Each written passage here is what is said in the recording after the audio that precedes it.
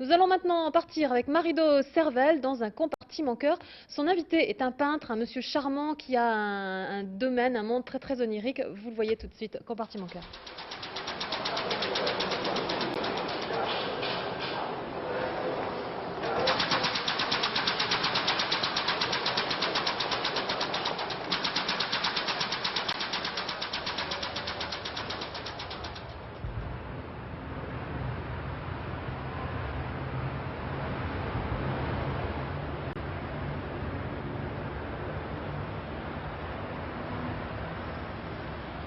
Bonjour, qu'est-ce que nous sommes venus faire ici, dans Paris où la tempête menace? Nous sommes sur les bords de la Seine, à 2 pas de chez lui.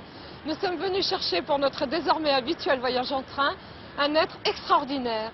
Extraordinaire dans ce sens où ce n'est pas tous les jours qu'on rencontre un homme comme cela. Jeune, gracile malgré les années, il traîne encore sa silhouette d'adolescent dégingandé.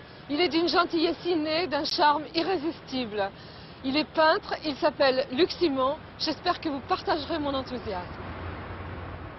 Nous partons en voyage, Luc, et la première question sera celle-ci. Combien est-ce qu'il y a eu de voyages fondamentaux dans votre vie?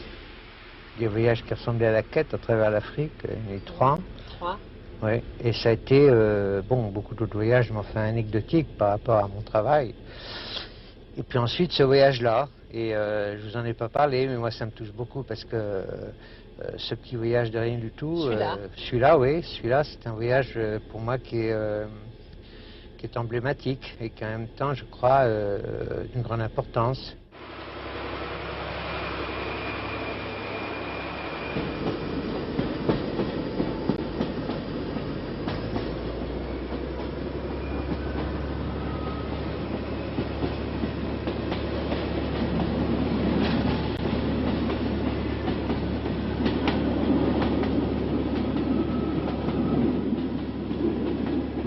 De quitter la Roche-Migène et après d'aller par cette petite machine merveilleuse à Lucie, c'est, bon, je ne vais pas employer des grands mots, mais pour moi, ça a été dans des moments faciles et aussi très, très, très difficiles de rejoindre un chemin initiatique.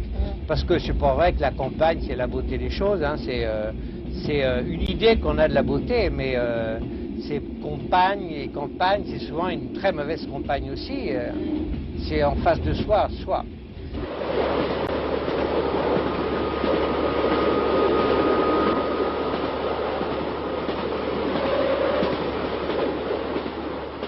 À 13 ans, un jour, en bicyclette, je raconte ça tout le temps, mais j'aime bien le raconter pour les types qui ont 13 ans, parce que ça leur servira de leur donner confiance sur leurs blessures à eux. Mon père m'avait loué une bicyclette. C'était déjà un truc énorme de louer une bicyclette. Elle marchait très très mal, mais en plus c'était un pays de côte comme ça. Et alors il fallait aller de plus en plus loin, et un jour arrivé à Racé, dans une grande ville, ça s'appelait Charleville. C'était pas grand, bon. Et à l'entrée, il y avait une route qui montait, et il y avait un cimetière. Et j'ai posé ma bicyclette à l'entrée, et j'avais peur qu'on me la vole, elle était louée. Et il y a une espèce de gardien de cimetière qui est arrivé avec, comme on n'en fait plus, la moustache, la jambe de bois, une gueule d'ardennais dur. Et il a dit, qu'est-ce que tu viens faire par là? Toi, tu cherches le petit. Alors, j'ai rien dit, il me dit, viens. Et il m'a emmené devant une tombe et il m'a dit, c'est là, je te laisse, c'est là le petit. Et j'ai regardé au garde à vous. Et le petit, c'était marqué ici pour repos Jean-Arthur Rimbaud. 32 ans. Et là, j'ai dit, c'est le petit, c'est moi. Et après, par hasard, j'ai eu de Rimbaud, par un curé un peu frôleur, je crois. Bon, il m'a donné un petit truc qui s'appelait Les Illuminations. Et il y a 13 ans, j'ai lu ce texte tellement difficile, j'ai lu complètement comme une chose naturelle. Et ça a déterminé ma vie et l'Éthiopie après, voilà.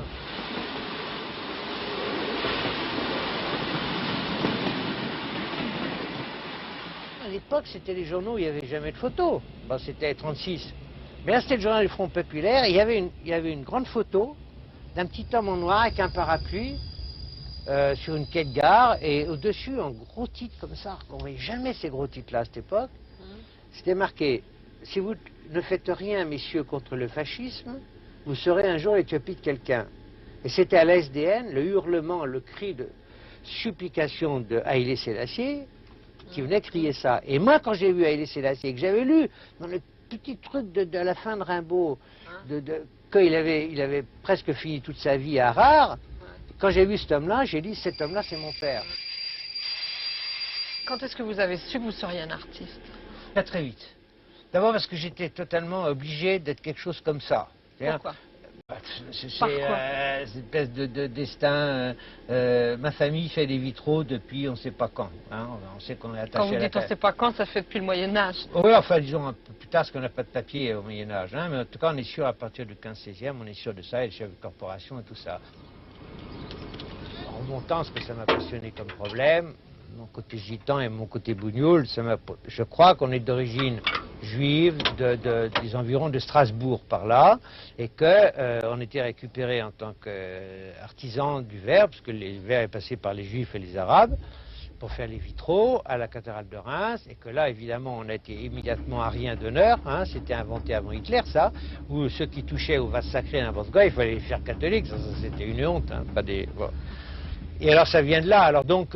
Très petit, c'était déjà atelier de mon père, qu'il fallait que je touche le verre, que je fasse du dessin et tout ça. J'étais destiné à suivre la suite, parce que j'étais en plus le dernier fils.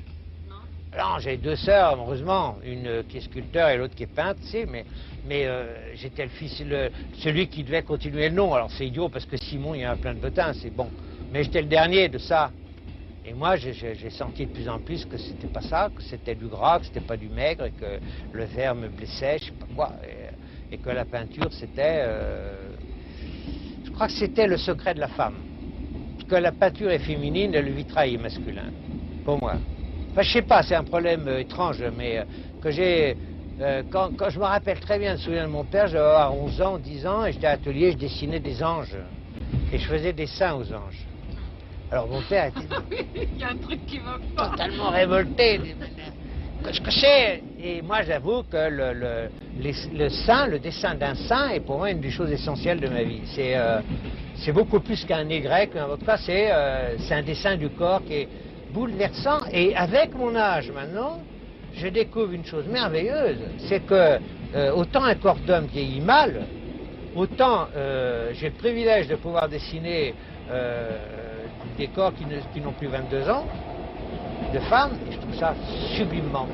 Et si vous voyez dans toutes les histoires religieuses, la reine de Saba, c'est la première femme libre. Elle va vers Salomon, elle se fait faire un enfant, et après elle dit, viens chez toi, embrasse tes petits, moi je garde l'enfant et je l'élève, et ce sera mon fils. Elles ont été comme ça, les femmes, avec vous?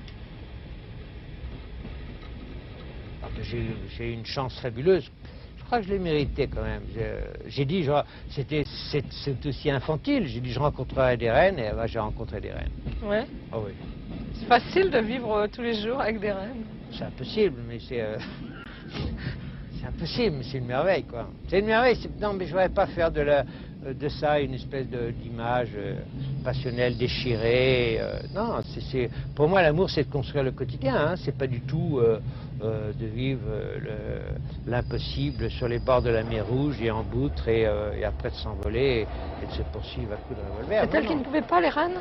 Non, c'est peut-être que j'avais, moi, des impatiences inconséquentes, n'importe quoi, mais je pense que dès le début, oui, dès le début, quand j'ai découvert ça, qu'on était toujours accouché par une femme et que c'est par là que la nouvelle arrive. C'est pas par l'homme.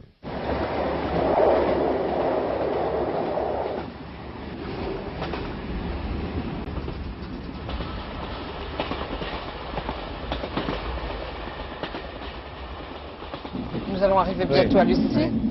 Les figures dans vos peintures, elles n'arrêtent pas de bouger, alors on imagine que vous avez beaucoup de mal à les attraper pour les coller sur... Ça, c'est vrai que de plus en plus, il y a comme des personnages qui arrivent dans mes dessins, et que j'essaye de comprendre ce qu'ils foutent là, ce qu'ils viennent faire. Je les arrête, je les installe, et en ce moment, c'est ça que je fais, oui. J'appelle ça des opéras de papier. Voilà. Ça fait peur? C'est pas confortable, mais quelquefois ça m'émerveille aussi. Je dis, comment j'ai pu faire ça? Je suis vraiment mieux que moi, certainement. C'est formidable, ça, non? Ça passe après, mais quelquefois je m'épate quand même. Ça, c'est vrai. Hein.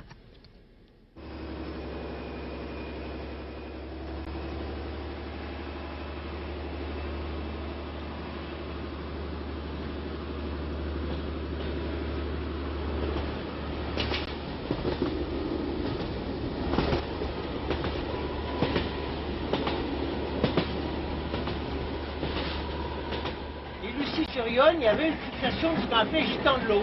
C'est-à-dire des mecs sans foi ni loi, mais avec une morale essentielle. Et ils laissaient leurs femmes dans les villages, ils allaient flotter l'eau et ils revenaient. Et il y a ce côté multiracial que je trouve merveilleux dans toute cette région-là.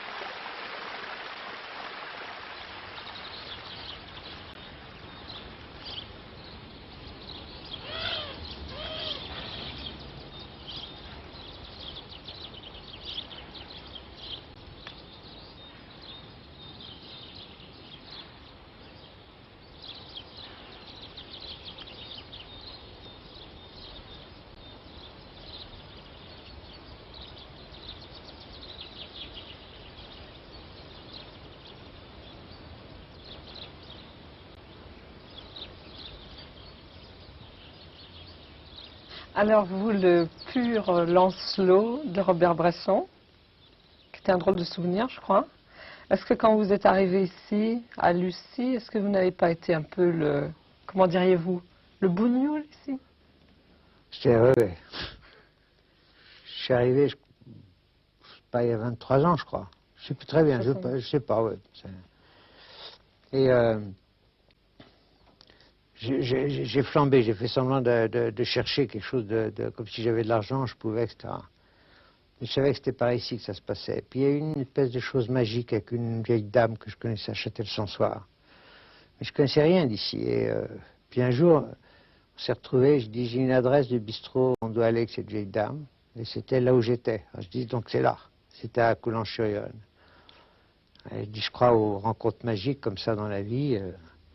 On a été chez le notaire et il m'a montré ça. En réalité, il y avait d'autres maisons à vendre, mais celle-là était invendable parce que c'était trop grand. Et c'est vrai que je me suis senti totalement, surtout à cette époque-là, parfaitement avec 3 valises au bout des bras, quoi, et tout seul, et gitan, quoi. C'est les Tziganes de Roumanie.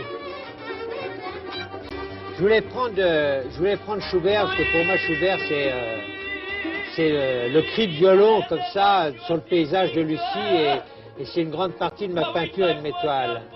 Et puis je pensais que, quitte à faire autant et d'être d'aujourd'hui, je cherchais par rapport à mes amis tziganes. Et ça alors là c'est comme s'ils étaient de l'autre côté là-bas, vers Coulanges, avec leur campement, et que là ils font coûte que coûte, là ça, aïe aïe aïe aïe aïe, ils font coûte que coûte cette espèce de cri pour tenir la veille, parce qu'ils savent qu'ils ont droit qu'à 2 jours pour rester à Coulanges-sur-Yonne, 3 jours au maximum. Après il faut qu'ils se tirent. Ils ont la même carte d'identité que sous les nazis, avec la barre rouge. C'est-à-dire qu'ils n'ont pas le droit de rester. Le 16 juillet, sous le signe du cancer 1924, à Reims, c'est votre début, mais peut-être au début du début, il y a avant le grand-père. On est peut-être un peu chez lui, là. Là, on est chez lui, ça s'appelle ici la chambre du grand-père, parce que j'ai fait une chambre, parce que c'est un homme qui a choisi sa mort. Il a vu que sa cathédrale qu'il avait restaurée à Reims, elle était, soi-disant, détruite en 17. Son fils, sur qui il mettait tout pour la peinture, qui était mon père, il avait disparu dans les combats. Il a disparu momentanément. Et la ruine, cette ruine de merde, ou merveilleuse, du château en ruine des Ardennes, évidemment, elle était occupée, il n'y avait plus rien. Alors il a réuni les derniers amis qu'il avait, du côté de la vallée de Chevreuse, il leur a fait un repas dans son salon arabe, parce que partout ils reconstruisent un salon arabe, et moi je lui ai fait. Il les a reçus, il les a remis dans le train, et au moment où le train a démarré, il s'est jeté sous le train. Et il a fait une mort que je trouve merveilleuse.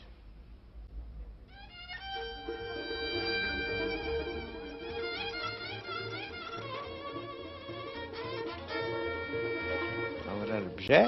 Hein. Et alors, à quoi ça sert? Ce masque-là, moi je le respecte profondément parce qu'il y a eu un chef, sûrement de tribu, qui a eu ce masque. Donc ça, c'était lui. Et il avait sur sa décision, c'est-à-dire sur sa tête, qui est là où il décide le bonheur de sa tribu, dont il est responsable, il y a tout ce qui fait probablement le bonheur de cette tribu, dont je ne connais pas, mais là sûrement c'est le mil et la prospérité, et là c'est probablement la maternité aussi, et ça c'est la transformation probablement en pain de manioc. Je ne sais pas bien le signe de tout ça, mais s'il avait ça au-dessus de la tête, c'était que les autres lui avaient donné le droit, j'allais dire une chose que j'aime bien, le droit de l'aimer. Parce qu'il savait que lui serait responsable.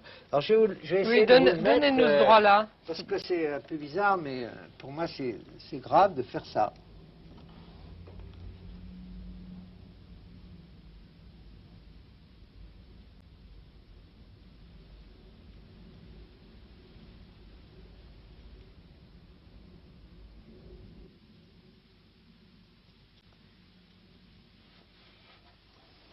Voilà.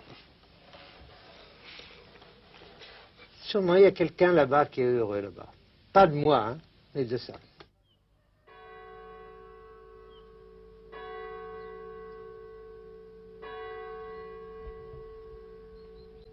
On est allé dans son atelier et il nous a expliqué sa peinture pendant 2 heures parce qu'on n'avait pas plus de temps, mais je crois qu'on aurait pu y rester des heures et des heures. Et vraiment, j'ai vraiment aimé toute sa façon de nous expliquer. J'ai trouvé ça formidable. C'est vrai. Mais pas assez à mon goût, parce que c'est la seule fois.